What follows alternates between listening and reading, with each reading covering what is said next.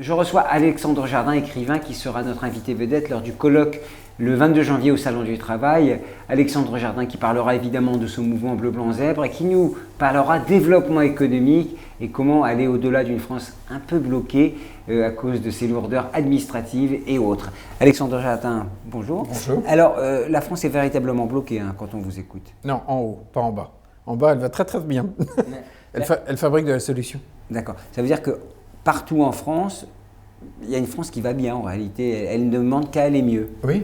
Il n'y a pas de fractures devant lesquelles on ne trouve pas des boîtes, des assos, des fonctionnaires et des élus locaux qui ne modélisent de vraies solutions qui marchent déjà. C'est-à-dire que le pays ne s'en rend pas compte, mais ce qu'il voit lorsqu'il allume la télé, c'est pas vrai. Ça va pas, mais en réalité, des gens bougent. C'est bloqué complètement en haut.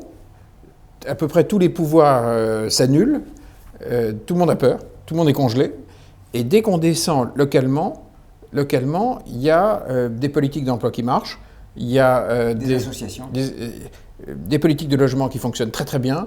Il y a du lien social qui marche dans certaines villes de manière absolument exemplaire.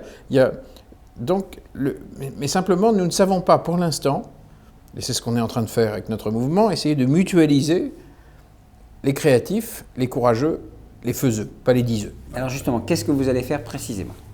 Alors là, on a déjà groupé 190 actions qui sont des actions qui guérissent une fracture. Et là, on les rassemble au sein de bouquets d'actions, de manière à faire des outils de puissance. Sinon, ça reste un catalogue. Voilà. Et puis, on fait des accords avec des mairies pour implanter nos bouquets.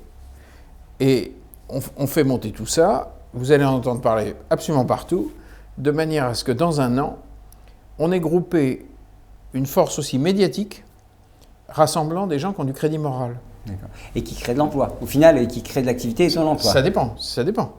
Mon programme Lire et faire lire ne crée pas d'emploi directement. Simplement, on a 20% des gosses qui ne savent pas lire. Si on attend jusqu'à Saint-Glinglin qu'un ministère débloque le problème, on est fou. Donc, on s'est dit, on va envoyer les retraités lire aux enfants dans les écoles maternelles et primaires. J'en ai déjà 17 600 qui le font. On s'occupe de 650 000 enfants par an. On n'a fait voter aucune loi. On s'est pris en main. Voilà. Donc, tous nos zèbres, ils font comme ça. Il faut qu'on fasse repartir le pays par les territoires.